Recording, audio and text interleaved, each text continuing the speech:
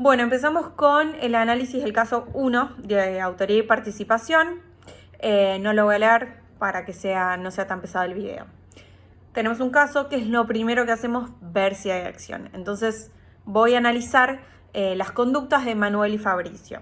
A los fines de hacer más didáctico y dinámico el video, los voy a analizar de forma conjunta. Entonces lo primero que tenemos que ver es si hubo o no conducta. Para eso voy a ver si existió alguno de los supuestos de ausencia de conducta, ¿sí? La fuerza física irresistible, el acto reflejo o una ausencia absoluta de conciencia. Vemos que acá hubo un actuar libre, que los dos decidieron, que hubo una decisión de roles, mientras uno vigilaba, el otro entraba. No hubo ninguna fuerza física irresistible, ellos se movieron por sus propios medios, no hubo ningún acto reflejo, nada que los haya hecho actuar de esta manera, y ellos estaban despiertos y conscientes de lo que estaban realizando. Por ende, afirmamos que hay conducta. Seguimos con la tipicidad y vamos a subsumir esa conducta en algún tipo penal. Tenemos que buscar el tipo penal que abarque la mayor cantidad de los elementos del hecho que estamos analizando.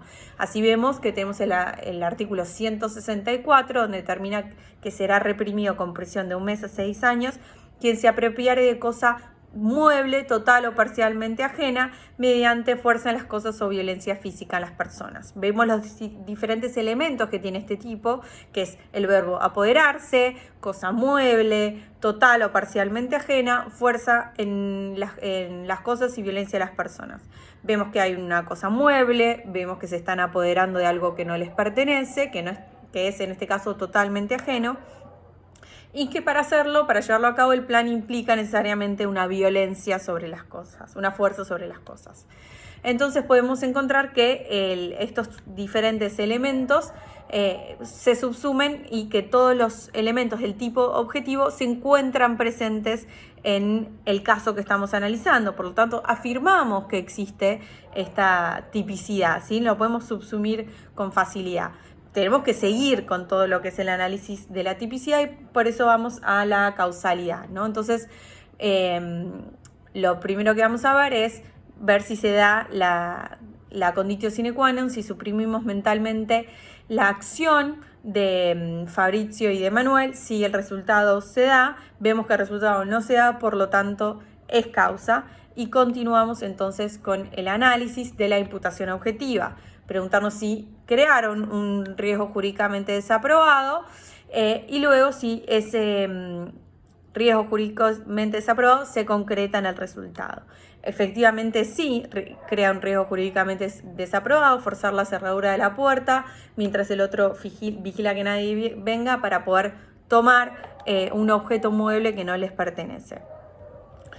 Vemos que no sea ninguno de los eximentes, explicamos por qué cada uno, de los correctivos como el riesgo permitido, la disminución del riesgo, el principio de confianza y la provisión de regreso.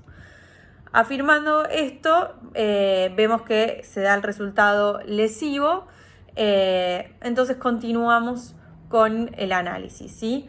Vamos a adentrarnos en la parte que nos ocupa en este video, que es autoría y participación. Como vimos en clase, acá tenemos entonces a dos personas que están interviniendo y tenemos que ver qué tipo de participación tienen, ¿sí? Entonces, según la teoría del dominio del hecho, que sabemos, va a ser autor quien tenga dominio del hecho, quien tenga las riendas del hecho, quien pueda decidir si el hecho se consume o no. Empezando por la conducta de quien sustrae el trofeo, vemos que si no realiza esa conducta, obviamente el resultado ilícito de robarse el trofeo no se da. Cuando vemos la conducta del tercero, no me acuerdo si es Fabricio o Manuel, el que va de campana. Vemos que está de campana y es necesario que haya una persona ahí vigilando, si no el otro no lo hubiese hecho, entonces este era parte del plan, tiene dominio del hecho, pues si se va y no cumple su rol, entonces el hecho no se podría haber concretado. Entonces, por lo tanto, es autor. Ambos son autores, pues tienen dominio del hecho. Entiendo que para algunos les podría haber pasado o pensado que según las circunstancias del hecho, quien estaba de campana no poseía el dominio del hecho, pues de las circunstancias o de la descripción no se desprende que efectivamente haya tenido el dominio del hecho, haya podido avisar, haya distraído a alguien. Entonces entiendo si lo podemos justificar de esa manera. la participación o lo que es para no usar la palabra participación, lo que es la figura de la persona que se encuentra como de campana, ha sido estudiada durante muchos años en lo que es la teoría del delito y la parte de autoría y participación. Y se entiende que es necesario también para quien está dentro esta campana, ¿sí? Esta persona que va a avisar para ayudar a que quede impune, ¿sí? A que se pueda realizar el hecho. Y forma parte entonces en el hecho y tiene dominio del hecho. Entiendo que alguno lo haya pensado diferente, si lo justificaron estaría bien, pero es importante tener esta aclaración. Acá lo que tenemos entonces es una coautoría funcional porque hay una división de roles y una división de diferentes aportes, ¿sí? Entonces, mientras uno se apropia, fuerza la cerradura y se apropia el trofeo, el otro está realizando otra acción que es ser campana, ¿sí? No es que los dos realizan la acción típica. Sin embargo, hay una división de planes para poder llevar a cabo el hecho que se propusieron. Entonces, ambos, acá tenemos una coautoría, entonces decimos que tanto Fabricio como Emanuel son coautores del delito de robo, ¿sí? En el caso plantea dos variantes. Una primera variante, ¿qué pasa si uno le propone al otro ir y robar el trofeo? En vez de que sea un plan en conjunto. Si uno va y le plantea al otro, el otro le dice, sí, qué copado, me uno, me parece buenísima la idea, no varía en nada. Ambos siguen siendo coautores, ¿sí?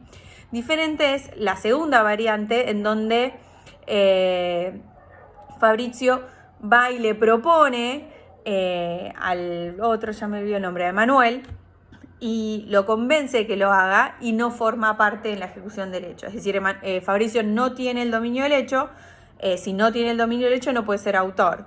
¿Cuál fue su aporte? Entonces, generar el dolo en Emanuel, convencerlo, lo convenció, no fue que se lo propuso, sino que fue y lo instigó al delito. Cuando yo genero el dolo en el otro y no formo parte de la ejecución del hecho, entonces ahí sí voy a ser instigador del delito. Entonces, en este caso tendríamos a Fabricio como instigador y a Emanuel como autor del delito de robo. Emanuel sigue siendo autor, pues si bien le generaron el dolo a él tiene el dominio del hecho y tiene su propio dolo. Entonces, no es que está totalmente condicionado. El otro lo instigó y lo convenció, pero Emanuel fue y decidió hacerlo. Y en el momento que estaba ejecutando el hecho tenía el dominio del hecho y podía decidir si llevar a cabo o no. Por ende, Emanuel es autor y Fabricio es instigador. Bueno, espero que haya quedado claro.